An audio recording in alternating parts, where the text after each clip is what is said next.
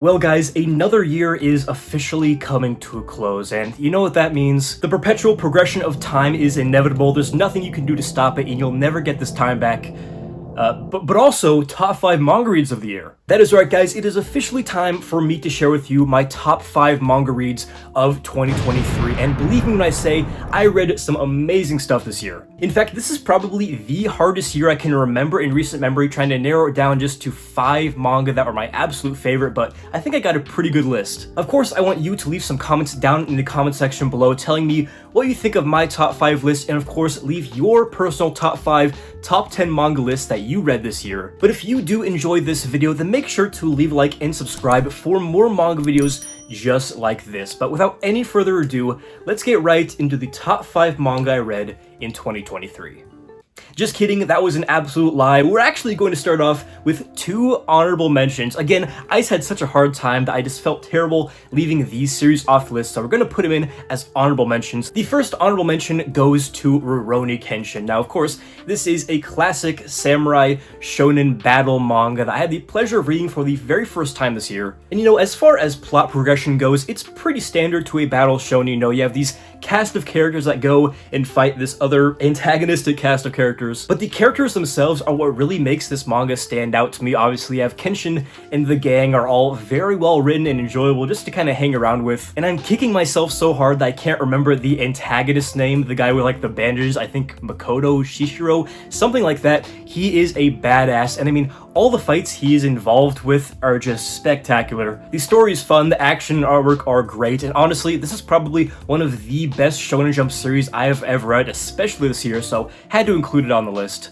And the second and final honorable mention for 2023 is Osamu Tezuka's Barbara. Now, this is a series that I read when I was doing my little Tezuka binge that I did a video on, and Barbara was by far the best manga that I read in this week-long period of Tezuka reading. Follows this author who meets this homeless girl at a train station. For some reason, he takes her in, and then he becomes so infatuated with her that he can't live without her. And in the midst of their misadventures, there's weird occult stuff, Satanist stuff with like gods and deities and all sorts of things that I don't even want to get into to spoil. It's one of Tezuka's best psychological experiments that I have ever personally read, and I cannot recommend it enough. I think there's also a live-action movie I still have to check out, but as for the manga, it was spectacular. One of my favorites from Tezuka of all time. Alright, so enough with the honorable mentions, let's move into the heart and soul of the list, the actual top 5. Starting in at the number 5 spot, we have Frankenfran. Frankenfran is a mixture of comedy and horror, and it follows our main character Fran, who is actually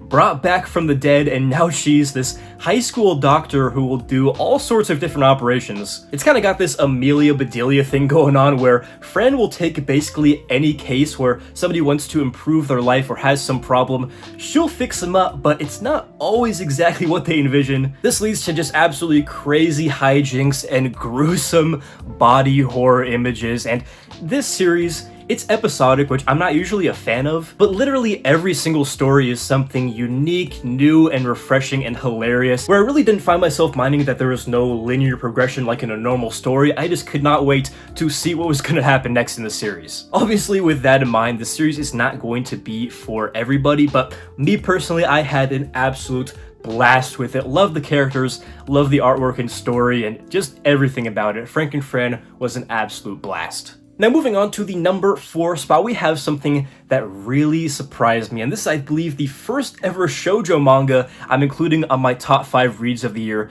That, of course, is Basara. Basara is Yumi Tamura's shoujo epic that follows this young girl who has to take over for her brother who was killed, but the brother was supposed to be this chosen one that was going to lead the revolution and take back their land. So this young girl is basically thrown into the spotlight. She has to lead a revolution against this Red King who killed her family and pillaged their land. But of course, in typical shoujo fashion, there's also a little bit of romance between the two, which is a very fun aspect of the series. And I guess what really surprised me about Basara is just how much action, politics, violence, all these things I'm accustomed to seeing in shonen and seinen series, I just was not expecting from a shoujo manga. It's kind of opened my eyes to what exactly a shoujo manga can be. It doesn't have to be a girly romance high school drama. It can be something so much more. Tamura's artwork is also pretty unique. It's a lot more impressionistic, something that you don't really see in a whole lot of manga art nowadays, so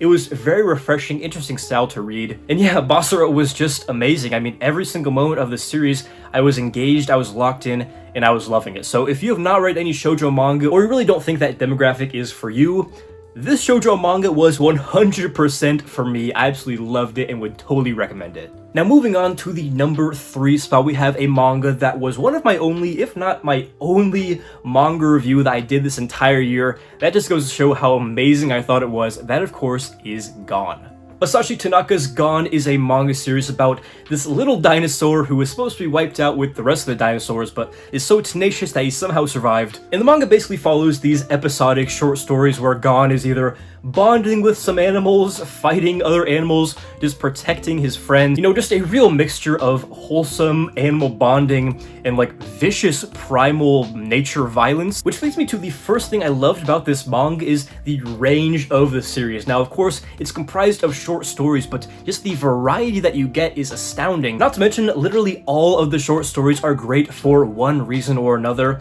And there's one thing I just realized I forgot to mention. This manga has no words. So there's a real emphasis on artwork to get these stories and messages across, and just look at this artwork. I mean, it is amazing. Definitely in my top 5 favorite drawn manga ever. And if you want to hear me go even more in depth about all the reasons I love this series and why you should read it, I'll leave a card to my manga review in the corner right here. Go check that out after this video. But yeah, enough good things can't be said about this series. So good. Now coming in at the number 2 spot, I went back and forth deciding if I wanted to include this series or not, as it's an ongoing manga that I had read in years past, but of course continue to read this year. But I decided I wanted to include at the number 2 spot A Bride Story by K.R. Mori, because this is the year that it finally became a 10 out of 10 for me. I mean, I really don't even know where to begin talking about Bride Story and what makes this manga so special. I guess I'll start off with a softball and go right into the artwork. I mean, K.R. Mori's art style is just incredible. The way she's able to draw